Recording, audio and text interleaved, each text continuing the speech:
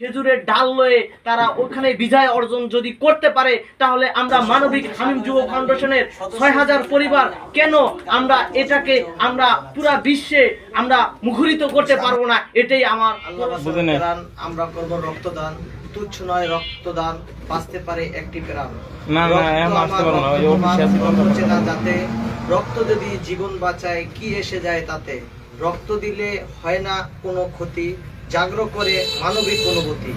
এক ফোঁটা রক্ত আসতে পারে প্রাণ। ছোটবেলা থেকে একটি সঠিক পথ খুঁজতেছিলাম, একজন সঠিক মানুষ খুঁজতেছিলাম। জানেন তো, সঠিক মানুষটি খুঁজতে খুঁজতে পেতে পেতে সর্বশেষে পেলাম সবুজ মোল্লা জিকুবাই, মানবিক হামিম যুব ফাউন্ডেশনের প্রতিষ্ঠাতা ও পরিচালক। তার রয়েছে মানবতার ছোঁয়া। উপস্থিত এই মানবতার ছোঁয়ার সংগঠনের মানবিক হামিম যুব ফাউন্ডেশনের সংগঠনের সকল নেতৃবৃন্দ, সকলকে জানাচ্ছি আমার অন্তরের অন্তরস্থল থেকে নিগ্রানো ভালোবাসা। আমি সর্বপ্রথমেই আমি সুজ্ঞাপন করছি আমাদের এই ফাউন্ডেশনের সাথে দীর্ঘদিন জড়িত ছিল এক ভাই। সে কিছুদিন আগে কারেন্টে শর্ট খেয়ে মারা গেছে। তার রুহের মাগফিরাতের জন্য আমরা সবাই তার জন্য দোয়া করব।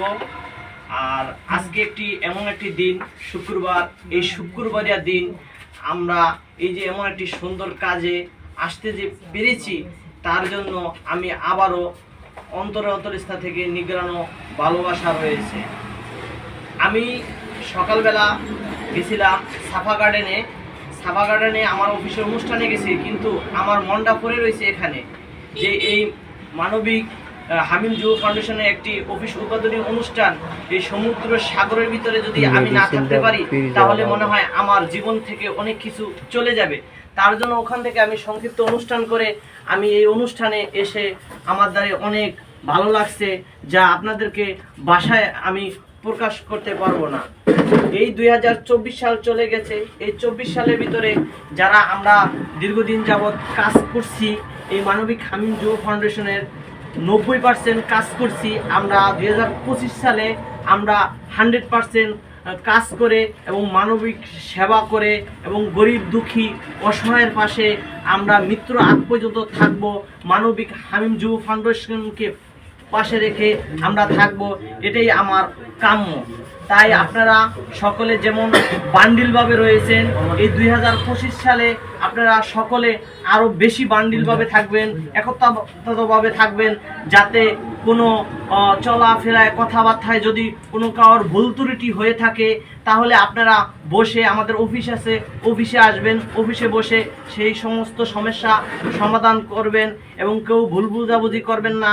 আপনারা এই ফাউন্ডেশনে আসবেন এবং প্রত্যেকটা লোকে আপনারা কে কি কাজ করছেন সেটার একটি আপনারা তালিকা তৈরি করবেন এবং প্রত্যেকজন, আমাদের সম্মানিত সভাপতি সাহেব বলেছে যে একটা লোকে কেন্দ্রীয় কমিটি নিম্নতম ১০ জন ডোনার তার রেডি থাকা লাগবে এবং তালিকা থাকা লাগবে। আমি মনে করি আমার ইনশাল্লাহ ১০০০ থাকবে, সবার থেকে আমার উপরে থাকবে এবং এই ডোনারগুলো আমি অ্যাক্টিভ রাখবো যাতে ফোন দিলে আসে।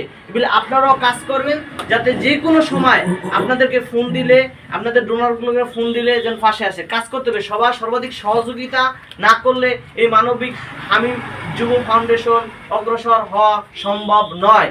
একটি কথা আমি সর্বসময় বলি, বদরের যুদ্ধে কিন্তু যুদ্ধের সময় অল্প কিছু মুসলিম ছিল, সেই মুসলিমরা যুদ্ধ করে খেজুরের ডাল লয়ে তারা ওখানে বিজয় অর্জন যদি করতে পারে, তাহলে আমরা মানবিক হামিম যুব ফাউন্ডেশনের ৬০০০ পরিবার কেন আমরা এটাকে আমরা পুরা বিশ্বে আমরা মুখরিত করতে পারবো না? এটাই আমার প্রশ্ন। কথা বলে আমি আমার সংক্ষিপ্ত বক্তব্য শেষ করলাম। কথার ভিতরে, ছন্দর ভিতরে কোনো যদি ভুল হয়ে থাকে আমাকে ক্ষমার দৃষ্টিতে দেখবেন। আসসালামু আলাইকুম ওয়া রাহমাতুল্লাহি ওয়া বারাকাতুহু।